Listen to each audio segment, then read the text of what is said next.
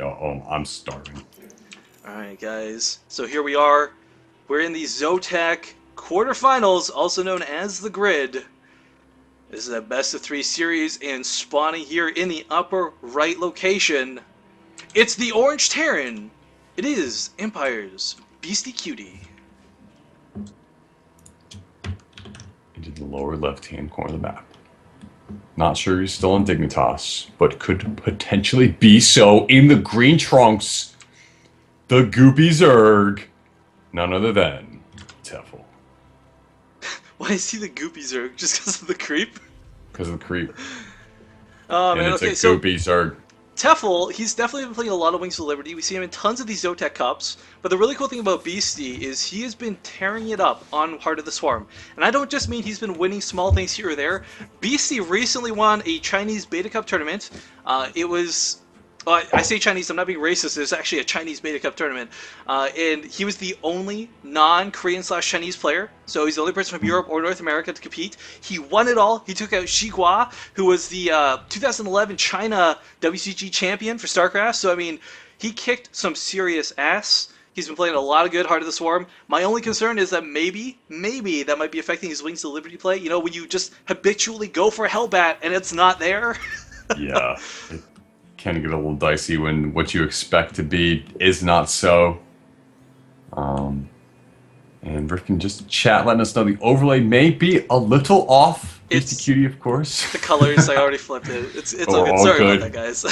Thank you. We love that the chat is so proactive about everything being correct, too. That's also, like, a really cool thing.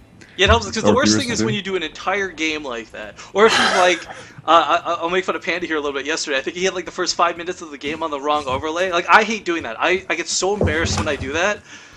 So, you know, big thanks to everyone for helping us. I mean, we bring you the stream, you help us make it better. That's what it's all about. That's community. That's Twitch TV. Yes.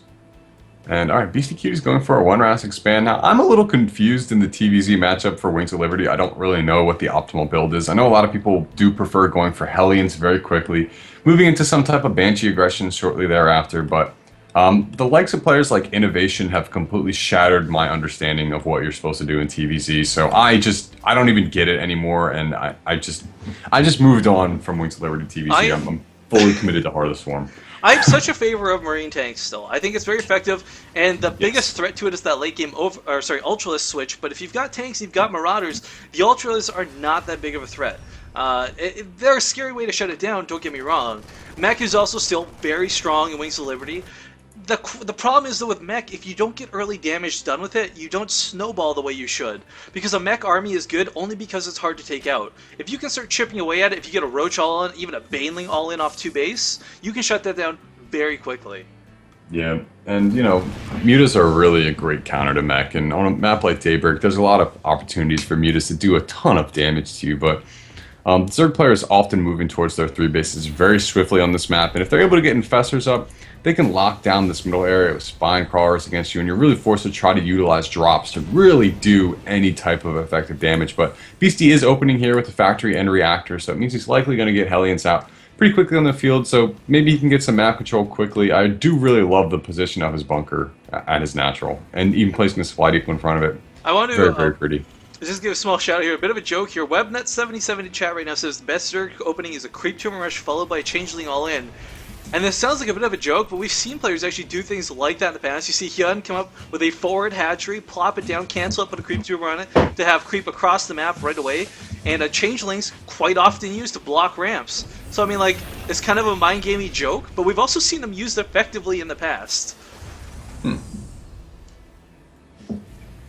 Well, And it looks like BC is going to go for that Hellion opening with Starport. With the Tech Lab, I'm thinking this is going to lean towards Banshees, especially with the double gas. Hellion Banshee, a very nice opening, and the best part about it is, of course, this doesn't mean you're going mech. It doesn't mean you're going bio. You can still do whatever you want out of this. he's definitely going to follow it up with the Banshee, coming off of this, this Tech Lab being built there. But will the actual scout be done for Tefel anytime soon? Looking at what he's actually seen, it's a nothing. The Marine's in position to deflect him, and his really only option is to move into the natural, try to see what he can see from there. But Beasty's going to start to try to get slightly aggressive with these Hellions. He's going to be able to roast the Zergling into the map, but you know, I think his next objective here is to see, is that third base dropped, and what is the timing relative to where I currently am with my setup? Well, Because no third base on the, or no third command on the way for Beastie yet. look what Tefel's done though here. With the positioning of the Roach Warren and the Evolution Chamber, that third queen, this is a full wall Yeah. off. Hellions cannot get in here. His only choice is going to be to attack the third, and if he pokes at the third, well, you know, Hellions, they do great damage versus, like, say, Zerglings, but Buildings, not quite the scenario. It's going to take a little bit. I really like the way that Tefel's got his creep spread going right now, Rifkin. This is really, really good stuff. Yes, very aggressive, and, I mean, the thing is, as a Terran player, it doesn't matter whether you're the best or the worst. Once creep is halfway across the map, you're not going to have a good time. Yep. And Tefel was actually trying to scout the third base, and he did see that Beastie's plopping his third base down on the low ground, or actually at the third base position. Being very bold with that is Beastyqt, but he's got great micros, so... Banshee and the Hellions will actually be able to push these roaches back for now. Yeah, is he going to try to clean up these creep tumors? This has got to be a little concerning here for Beastie at this point. Now let's take a look at home. Beastie still hasn't made a clear tech choice yet. No, never mind. He is going to go mech. Double armory on the way. Ooh. Now, here's the thing, guys. One of the coolest ways if you want to crush mech, Overlord Roach drops. They're very effective. They do tons of damage. And really, there's no way to stop it. Overlords are so beefy. Yeah, some Thors can do some damage. Sometimes Seeker Missiles or Ravens can help explode it. But the reality is, a lot of those Roaches are going to connect to your tanks before they can even shoot at them. Alright, and this Roaches, like heavy Roaches out of Tefel that we're seeing, with the +1 about to finish up, Law Reconstruction about to finish up, Beastie with his standard Raven, Rifkin. I know you mentioned before he likes to get that Raven out, doing it so even in the TVZ matchup. Yeah, Beastie really favors Ravens, and I think it's the better Terran players that do. Whether it's to use it for a Seeker Missile or just to clean up creep. Ooh, these Banshees are not going to have a good time. Oh, will he lose one? No, very close, 14 health remaining. He does get 2 kills on it, but the Roaches now in the middle of the map are a bit of a threat. This is quite a few Roaches, Doom, and Beastie yeah, what's he got at home? doesn't have anything at home is the problem. These Banshees are what he has to rely on to kill this. Hellions will help. The splash damage, believe it or not, is quite effective versus Roaches, even though, you know, Roaches kind of don't take a lot of damage. When you've got a lot of splash damage going on, as we can see, oh, the Seeker Missile's not quite charged. It won't be for a while. This isn't looking good for Beastie at all, actually.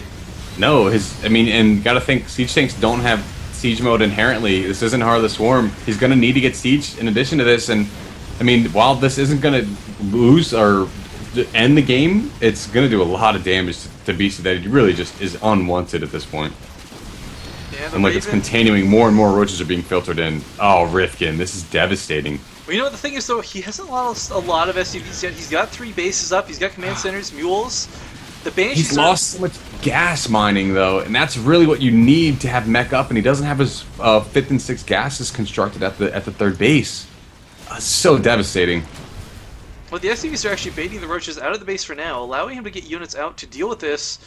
The Raven, unfortunately, I guess, went for a missile, or sorry, an auto turret. I didn't see what he had used, but it's lacking energy. Something.